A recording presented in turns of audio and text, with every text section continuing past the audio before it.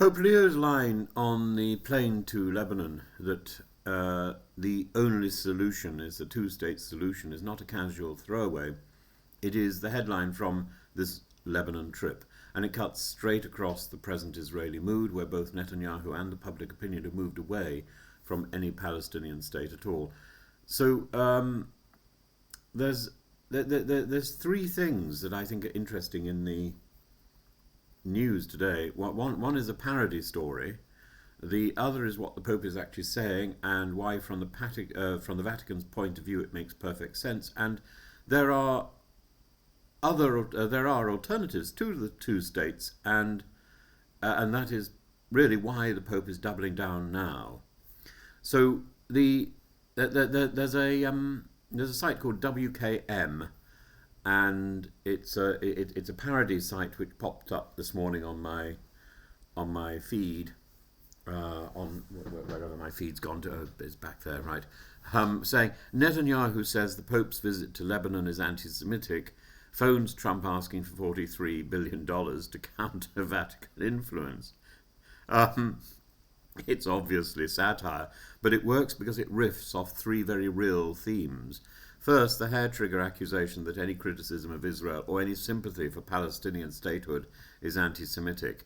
Second, the endless recourse to Washington as a banker, guarantor and political shield. And third, the deep anxiety in Israel about any external actor claiming moral authority over the conflict. Against that comic backdrop, there is genuine news from Lebanon. Pope Leo XIV has chosen this trip to restate very deliberately that a two-state settlement is not just one option among many, but the only solution that can guarantee justice for both Israelis and Palestinians. He does this twice, in the airborne press conference from Istanbul to Beirut, and again in his remarks carried by Al Jazeera and Catholic outlets, where he says very plainly, the Holy See has supported two states for years now. Israel does not yet accept this solution, yet it remains, in his words, the only way out of the conflict they're constantly living through. He also adds two other points which matter in Lebanon. The Vatican is friends with Israel and wants to be a mediating voice, and Turkey, and by extension the wider region, has an important part to play in both Gaza and Ukraine. So he is not playing the role of anti-Israel firebrand. He is restaking the old Vatican line, but at a moment when Israel is walking away from it. Now, set that against Netanyahu's repeated statements in November. Our opposition to a Palestinian state on any territory west of the Jordan River exists, is firm, and has not changed in the slightest. That opposition, he insists, is not threatened by external or internal pressure. He explicitly rejects the US language about a pathway to statehood as rewarding Hamas and risking another Hamas state on Israel's borders. And that position is not just Netanyahu's personal hobby horse. The Jerusalem Center poll says 70% of Israelis opposed to a Palestinian state along the pre-1967 lines, and among Jewish Israelis, the opposition is 79%. So Pope Leo is flying to Beirut with a message that is almost perfectly calibrated to be ignored or resented by the current Israeli mainstream, and that is precisely why it matters. He is in effect saying, you may refuse this politically for now, but morally and structurally, there is no other arrangement that respects both your security and Palestinian rights. From the Vatican's point of view, the logic is almost boringly consistent. The two-state solution has moral symmetry. Both peoples have a claim to self-determination and security. The Pope cannot bless permanent occupation, open-ended siege, or demographic engineering as a solution.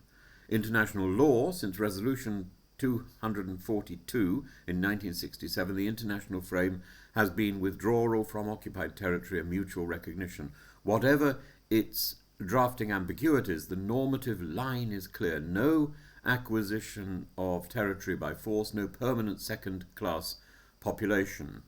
And the Vatican has material interests, access to and protection of sites in Jerusalem and Bethlehem.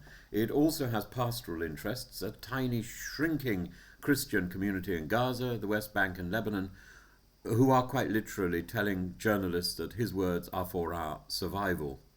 A viable, recognized Palestinian polity is seen as the only way these communities avoid slow extinction or permanent expatriation. So when Pope Leo calls two states the only solution, he is not a technocratic peace processor, sloganizer. This is shorthand for a moral minimum, borders, reciprocity, and an end to permanent emergency rule.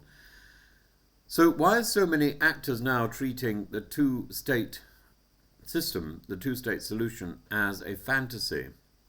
The sting is that almost everyone on the ground now regards that moral minimum as either dead or a trap. And on the one side, you have Palestinian and anti-colonial critics who argue that the two-state framework freezes in place the results of 1948 and 1967, forces refugees to give up a meaningful return, leaves Palestinians with a fragmented, resource-poor Bantustan, while Israel keeps military, airspace, and border control, asks the colonized population to compromise their rights in order to receive a state minus that Rabin himself never intended to be sovereign. From this perspective, but two states are simply a polite way of legitimizing a settler colonial reality. The Oslo paradigm, as they describe it, bought Israel time to entrench settlements while international donors underwrote the occupation in the name of state building.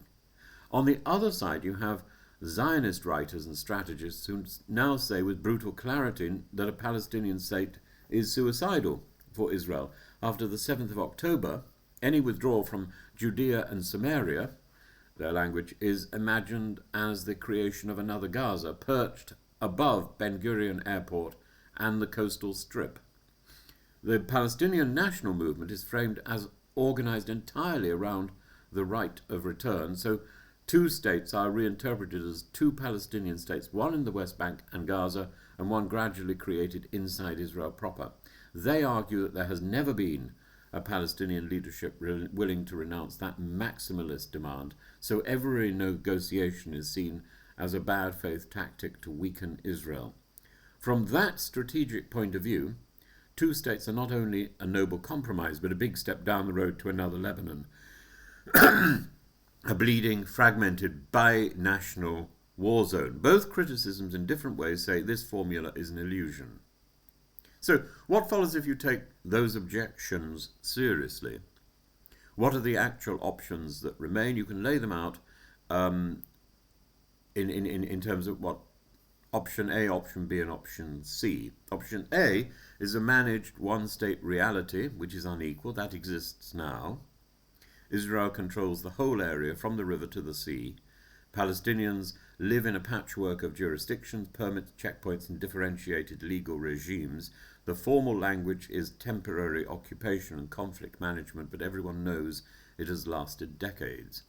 The longer this persists, the more the vocabulary shifts from security dilemma to apartheid in much of the world, and it offers Israelis short-term control, but as mounting moral, diplomatic, and demographic costs rise, it's not sustainable. Option B is one democratic state for all. This is the main alternative floated by Palestinian intellectuals and some international activists. A decolonized state between the river and the sea, equal citizenship regardless of religion or ethnicity, refugees allowed to return subject to some transitional arrangements. In principle, it answers the justice claim, one person, one vote, one ethnic supremacy. In practice, it requires the dismantling of Zionism as a project of Jewish nation state, of Jewish national self-rule. For most Jewish Israelis, that is existentially unacceptable. They look at the history of Jewish minorities in Arab states and hear, in the slogan, "From the river to the sea," not a civic response, not a civic republic, but erasure. So politically, for now, it is almost science fiction to think of one democratic state for all. Option C would be one state with entrenched supremacy. This is the nightmare version: formal annexation of the West Bank without equal rights, no Palestinian state, permanent Israeli control of territory and borders, Palestinians trapped in cantonized autonomy zones, de facto many argue this is exactly where we are drifting. The model might preserve a Jewish majority and control for a time, but at a price of permanent insurgency and full pariah status. It is apartheid South Africa without even the fig leaf of homelands. Option D, of course, is about confederation and hybrids. These are serious proposals, including from joint Israeli-Palestinian teams for 2 states with open borders, shared institutions and reciprocal residency rights. Israelis allowed to remain as residents under Palestinian sovereignty and vice versa. Jerusalem shared as a capital with layered jurisdictions. Think of this as Oslo Mark II, with more imagination, more explicit decolonizing intent. It tries to square the circle. You keep the symbolism of the 2 states, but acknowledge that populations are hopelessly intermixed. Politically, it is still far ahead of where either leadership exists. But if anything is going to rescue the 2-state idea from its present discredit, it will look more like confederation than the old separation fence paradigm. The Pope is talking about this in Lebanon, of all places, because Lebanon is an elegant stage for this intervention. It is the one Arab state with a Christian head of state and a deeply fragile confessional balance. It has lived with the horrors of binational breakdown and militia politics firsthand. Southern Lebanon is under constant low-level Israeli military pressure, even during the current ceasefire in Gaza. By standing in Beirut with Joseph Aoun and calling for 2 states, Leo XIV is making 3 quiet arguments at once to the Lebanese and regional Christians that you must not abandon the region. There is still a political horizon in which being Christian and Arab and local is possible rather than a ticket to emigration. To Israel, if you refuse any political horizon, your only alternatives are permanent domination or eventual binational chaos. 2 states or some confederal cousin of that is the least bad exit from the cul-de-sac. And 3, to Palestinians, especially Christians in Gaza and Bethlehem, your existence, your memory, your rights are not an afterthought. The Holy See is prepared to name a political end state, not only offer humanitarian concern. The parody about Netanyahu denouncing the trip as anti-Semitic is therefore quite sharp. It captures the absurdity of a discourse where any mention of Palestinian statehood is treated as bigotry, even when it comes from a pope who explicitly calls himself a friend of Israel and praises Turkey as an example of interreligious coexistence. He could also come to Albania and say the same sort of thing about Albania, which has, I think, squared the circle even more explicitly than in Turkey. But Turkey and Albania are really good examples of states which have got a interreligious